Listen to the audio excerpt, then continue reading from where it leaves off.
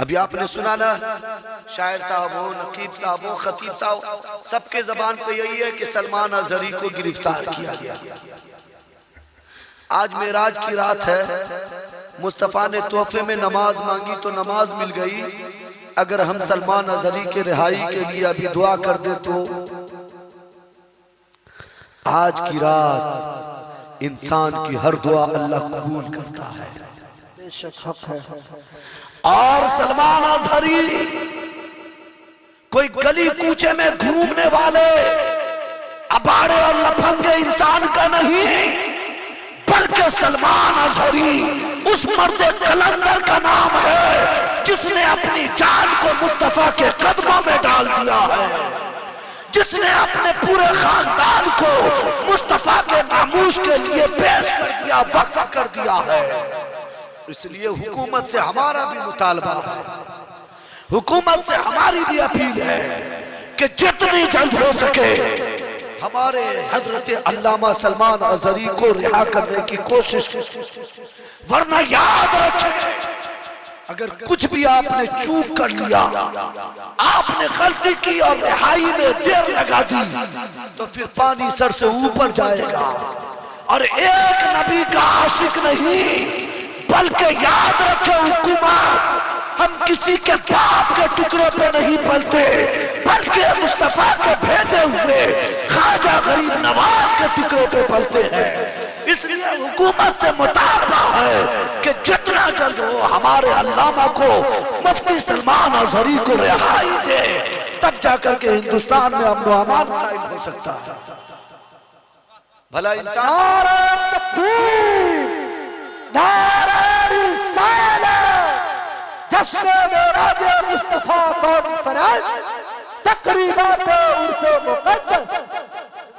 क्या गलती है सलमान अजहरी की? किसी का नाम तो नहीं लिया ना? सही कहा उसने कि अभी कुत्तों का दौर है, हमारा दौर है। अगर हुकूमत के अंदर इतनी ही ताकत है तो वो क्यों नहीं लगाम लगाते? जाए लगाए लगाम, बाबा बागेश्वर पे लगाम लगाए, जिसने रातों दिन मुस्तफा के नामूस से छेड़छाड़ की, मुस्तफा की इज्जत से खिलवाड़ की। लगाम लगाना है तो जाए सांसद भवन में जो बिदूरी ने आवाज उठाई थी इस्लाम के खिलाफ, उस पर लगाम लगाए। अगर लगाम लगाना है, अरेस्ट करना है, तो जाए कपिल शर्मा को अरेस्ट करे। लगाम लगाना है तो जाए साधु ठाकरे को और दिगर लोगों को लगाम लगाए, अरेस्ट करे, तब समझेंगे मर्द की औलाद, वरना हम ये समझेंगे छक्कों की औलाद है। अगर वो मर्द है, अगर वो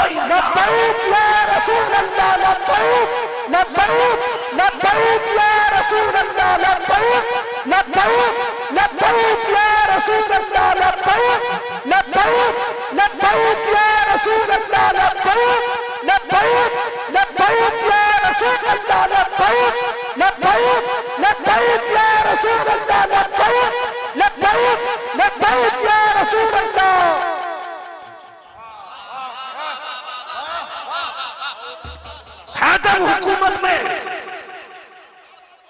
है मर्द की औलाद, पहले फुर्सत में वीडियो अपलोड कर देना, दुनिया देखे। वो तो एक सलमान अजहरी जो कि सादात घराने से भी नहीं, जब वो मुस्तफा के लिए जान दे सकता है तो हम तो मुस्तफा के घर वाले हैं। अरे एक जान क्या, हजारों जान हो, एक एक करके कुर्बान है। डालो, लगाओ लगाओ, हथकड़ी लगाओ। अरे पहना दो बेड़ी मेरे पाँव में, दम है तो आकर के मिल लो। हम किसी के राज में नहीं जीते मियाँ, तेरी तो हुकूमत पल दो पल की है। हम तो उस ख्वाजा की हुकूमत में जीते हैं जिस ख्वाजा को मुस्तफा करीम ने मदीने से भेजा है। और वो ख्वाजा जब ऊंटनी को बैठा दे तो दुनिया न उठा सके, तो तेरे अंदर कहां दम है जो तू हमें उठाए? दम है तो आए बात करे। अरेस्ट करने की ताकत है ना तो जाए मोनू मनेसर को अरेस्ट करे। अरेस्ट करने की ताकत है ना तो जाए योगी को अरेस्ट करे। इसलिए कि उसने जब भी मुंह खोला है मुस्तफा की शान में बकवासें की है। और एक बात हुकूमत कान खोल करके सुन ले, कान खोल करके सुन ले। आज मैं मुजफ्फरपुर में बोल रहा हूं, कल यही बात हमने परसों उड़ीसा में भी कहा था। वही बात हमने 3-4 तारीख को गुवाहाटी की सरजमी पे, राजधानी में, जहां पे मुकम्मल बीजेपी की हुकूमत है, वहां भी सीना तान के मैं कह करके आया हूं। अगर तुम्हारे अंदर दम है तो आओ बात करो, हमें गिरफ्तार करो ना। और एक बात हुकूमत याद रखे, हमारी माँ को गाली दो हम खामोश रहेंगे, हमारी बहन को गाली दो हम खामोश रहेंगे, हमारे इलाके वालों को गाली दो हम खामोश रहेंगे, हमें गाली दो हम खामोश रहेंगे। लेकिन कान खोल करके सुन ले, अगर एक लफ्ज भी मेरे नबी की शान में बोलने की कोशिश की, मेरे नबी की गुस्ताखी की, तो हम तुम्हारी ज़बानें खींचेंगे, हम तुम्हारे गले को भी उतार सकते हैं, और जरूरत पड़े तो हम जान दे भी सकते हैं, जान दे भी सकते हैं।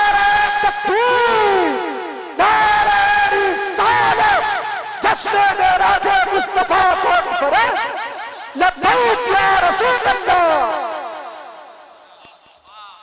बहुत खामोश रह गए, इतनी खामोशी भी हमें अच्छी नहीं लगती। किसी ने कहा था ना, ये खामोश मिजाजी तुम्हें जीने नहीं देगी। वही दौर आ चुका। अरे इस दौर में जीना है तो कोहराम मचा। तूने हमारे हाथ से बाबरी मस्जिद ली, हम खामोश थे। तूने बहुत सारे 3 तलाक बिल पास किए, हम खामोश थे। तूने हिजाब पे बातें की, हम खामोश थे। मुस्लिम लड़कियों की इज्जत पे बातें की, हम खामोश थे। तूने मुस्लिम के खिलाफ कानून बनाया, हम खामोश थे। तूने दीगर चीजों के बारे में बात की, हम खामोश थे। लेकिन याद रखना, गलती से मुस्तफा की शान में गुस्ताखी मत करना।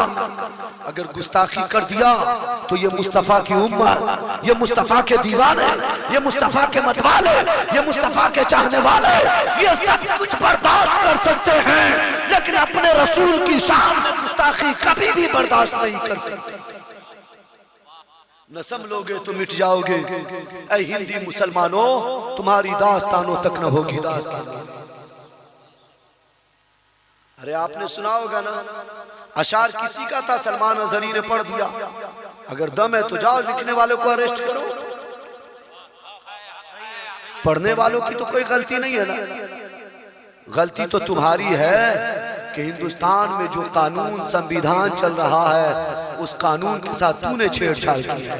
सबसे पहले बेड़ी हथकड़ी तुम्हारे हाथ में हो। याद रखना, वो दिन दूर नहीं, हमने कुरान में पढ़ा है कि ताकतें उसकी होंगी, अफराद उसके होंगे, कानून उसके होंगे, उससे घबराना नहीं, यकीन मानना। इन्ना बत्शा रब्बिका लशदीद इन्नहु हुवा युब्दिउ व युईद। तेरे रब की पकड़ बहुत सख्त है। जब तेरा रब पकड़ लेगा तो उसे आसमान से जो हवाएं चलती है, उसी आंधी के साथ उसे उड़ा ले जाएगा, कुछ पता नहीं होगा। इसलिए मेरे रब का कानून जब नाफिज होगा तो अच्छे अच्छों की खटिया खड़ी हो गई। तू किस का मूली है? क्या तूने नाम नहीं सुना था फिरौन का? नाम नहीं सुना था शद्दाद का, नमरूद का? क्या तूने नाम नहीं सुना था और भी दीगर लोगों का जिसने इस्लाम के खिलाफ बकवासें की? अरे मेरा रब तो वो है जो एक परिंदे के जरिए खाने काबा की हिफाजत करवा लेता है। तो तू क्या है? अल्लाह रब्बुल इज्जत अगर चाह ले तो एक आन में तुझे बर्बाद कर दे और तुझे खबर भी नहीं।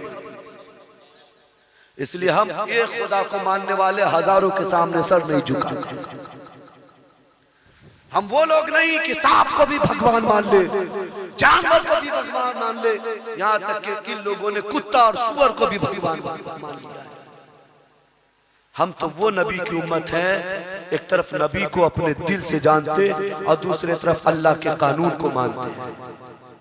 मेरा एक खुदा, एक नबी जो नबियों का नबी है, और एक रसूल, और फिर हमारा ईमान ही यही है, आमन्तु बिल्लाहि व मलाइकतिही व कुतुबिही व रुसुलिही वल यौमिल आखिर वल क़द्रि खैरिही व शर्रिही मिनल्लाहि तआला वल वासिबादल। बस इसी पे तो ईमान है। खैर बात